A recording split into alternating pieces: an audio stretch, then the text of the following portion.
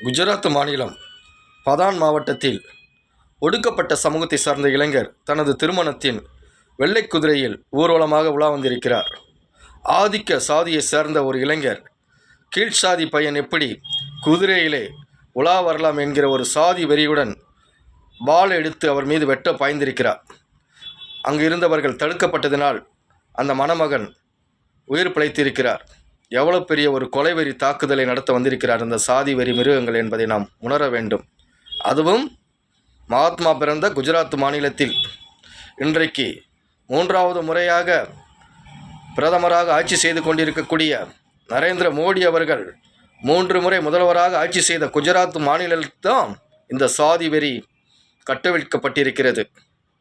இதற்கு முன்னால் கூட முதல்வராக இன்றைக்கு பிரதமர் இருக்கிறாரே நரேந்திர மோடி அவர்கள் முதல்வராக குஜராத்தில் இருந்த பொழுது ஒரு பெரும் கலவரத்தில் குஜராத்தில் சிறுபான்மையின மக்கள் பெருமளவில் பாதிக்கப்பட்டு உயிரிழந்த அந்த இரத்தக்கரை கூட இன்னும் அகலவில்லை, மனதை விட்டு இன்னும் நீங்கவில்லை.